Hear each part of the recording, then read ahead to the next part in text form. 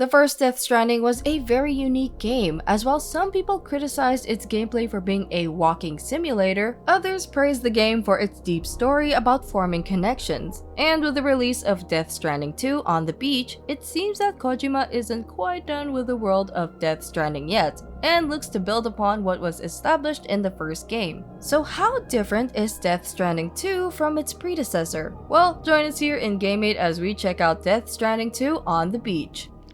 Death Stranding 2 takes place 11 months after the end of the first game and puts you back in the shoes of Sam, a porter who managed to link up the entirety of America to the chiral network, which is a communication network that allows different areas to link up and help one another. After the success of Sam's mission to link up all the cities of America, he and Lou, who was known as BB-28 and our companion in the first game, disappeared without a trace. Sam is then found by Fragile, and because of certain events, this leads Sam to start his work again as a porter, and is given a new mission of connecting other areas to the chiral network. This new mission takes Sam to connect the lands of Mexico and Australia to the network, and ends up meeting some new and old friends along the way. Death Stranding 2 has a more tight-knit narrative compared to the first game's story, as the game focuses on Sam's deeper connections to characters like Lou and Fragile. We don't want to go too much into spoiler territory, but what we can say is that Death Stranding 2 is cinematic, impactful, and emotionally devastating in all the right ways. The action set pieces are more ambitious than ever, but never at the cost of character development or narrative focus. It weaves together existential questions, political undertones, and the expanding mythology of the beach into something haunting and profound. If the first game was about forging connections, this one's about holding on to them, even as the world threatens to fall apart again. This sequel shows that Hideo Kojima still knows how to make a great and engaging story, and Death Stranding 2 could be his greatest narrative to date. One thing about the story though is that you do have to play the first game to understand what is going on with this one, as most of the terms and important characters introduced do have connections to the first game. While there is a codex for you to browse and a recap at the main menu, it really isn't enough to fully understand the game's story. Even with all of these, there are times when we also still get confused with what is happening in the story, which is a very signature Hideo Kojima thing, to be honest.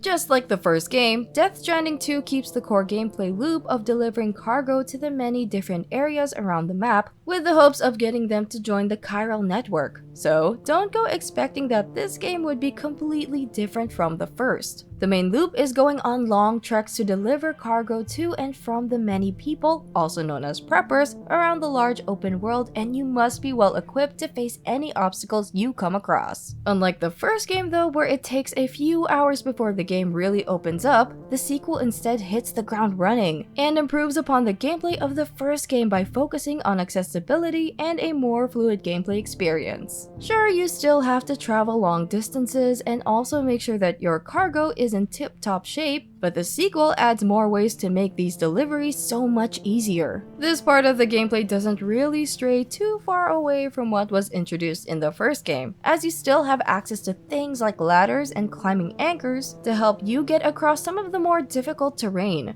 What makes this part of the gameplay much more engaging in the sequel, however, is the introduction of weather mechanics and the day and night cycle. While the day and night system is pretty basic and only affects visibility, the changing weathers are the ones you have to look out for. As you traverse the world, you may encounter phenomena like flash floods to even forest fires that add some complications to your delivery routes. This keeps you on your toes, as these things can happen at any moment, so it is best to be prepared by having some spare traversal equipment ready. Since the game's core message is about connecting people, the connections you make between the preppers also give you great incentives to level up your relationships with them. These could be in the form of vehicles or even some cosmetics for Sam. Look, we'll explain that later. Peko. Some of these rewards could be in the form of new equipment for better traversal, or even some upgraded weapons to help defend yourself. This is where another part of the game has seen a lot of improvements, and that is the game's combat and stealth mechanics. Unlike the first game, you have more ways of defending yourself in case you are set upon by human hostiles or even BTs. You have access to a large arsenal of weapons that fit the way you want to approach combat. Instead of actively avoiding encounters like in the first game, you actually have ways of fighting back against any danger you come across. From shotguns to sniper rifles, you can tailor how you want to approach certain combat sections to fit your style. Stealth has also been given a huge improvement, and feels like a viable approach when facing the human enemies found around the world. As you progress through the game, you are also able to unlock weapons that have silencers on them, which helps if you want to clear out enemy camps the sneaky way.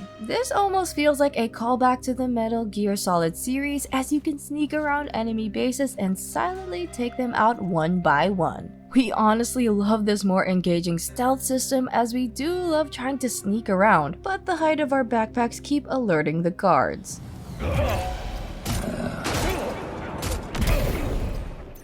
As for the social section of the game, just like the first title, it is still a very integral part of the overall experience. Seeing things other players have left for you feels like a saving grace, especially when you run out of equipment on your travels. We couldn't help but give out constant likes to these helpful structures, as they did help us out on quite a few occasions, which in turn makes us want to contribute back to these players by building and leaving things that would help them out too. These interactions make the lonely world feel much more bearable as we keep on keeping on, since we know that other players are here to help us out on our journey.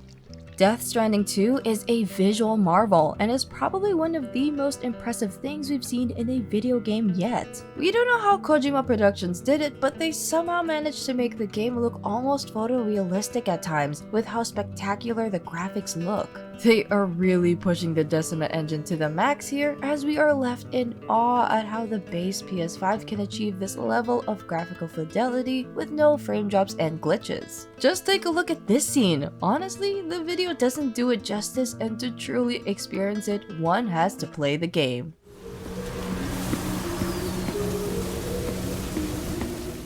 Another impressive thing about the game is that it practically has no loading times whatsoever, and loading into a game is instantaneous, as you are dropped straight into the world once you press the load button. Like, what sorcery is this? Speaking of the world crafted in Death Stranding 2 is nothing short of a visual art piece. We keep admiring how vast and breathtaking the lands in front of us are. From the scorched reds and wild terrain of Australia to the lush, vibrant, almost surreal beauty of Mexico. The landscapes make the UCA look almost plain in comparison. The lighting, the weather systems, the way the time of day just shifts naturally. This world doesn't look alive. It feels alive. There's an eerie beauty to its desolation and its haunting visual poetry in the aftermath of void outs and timefall that tells a story without a single line of dialogue. Even the characters look and feel very real, as every micro expression, every flicker of emotion rendered with almost uncomfortable accuracy, from Lou's crying to Fragile's little smiles. There are even people online comparing Norma and Rita's face model from the first game, and damn, is quite a graphical jump.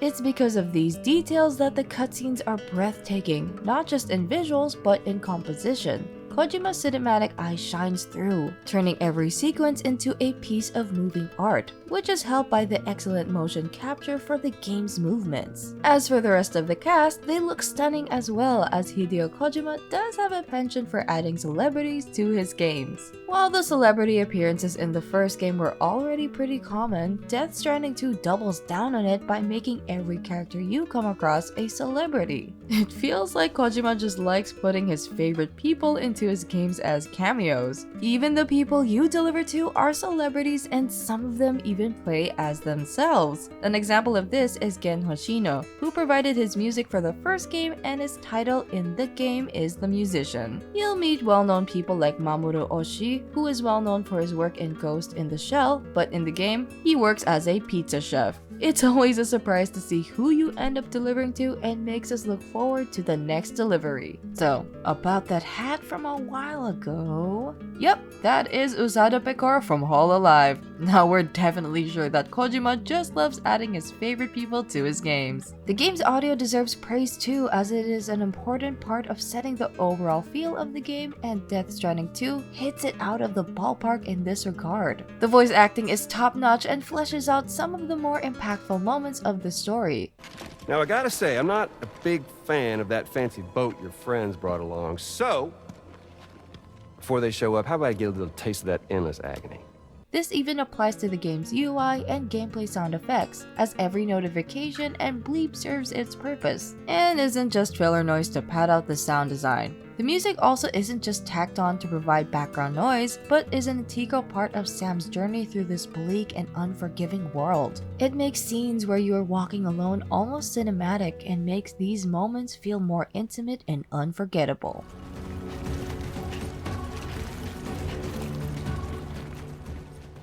Honestly, we could go on and on talking about everything about the game, but that would take us too much time. It's just that the story, the gameplay, and the aesthetics are all well crafted and make Death Stranding 2 feel like the culmination of Kojima's work, as it features all the things that you would have come to expect from the game's developer. With a focus on deeper narratives and a more accessible gameplay loop, Death Stranding 2 looks to be one of the best games to come out this year, and honestly, might just be one of Hideo Kojima's greatest games. That's why we here at Game8 are giving Death Stranding 2 on the beach a 90 out of 100. So, what do you guys think of Death Stranding 2 on the beach? Do you think Hideo Kojima has still got it even after all these years of being a game developer? Let us know in the comments below. If you liked the video, like and subscribe for more gaming related content. This has been Game8 and we'll see you guys in the next video. And remember to keep on keeping on.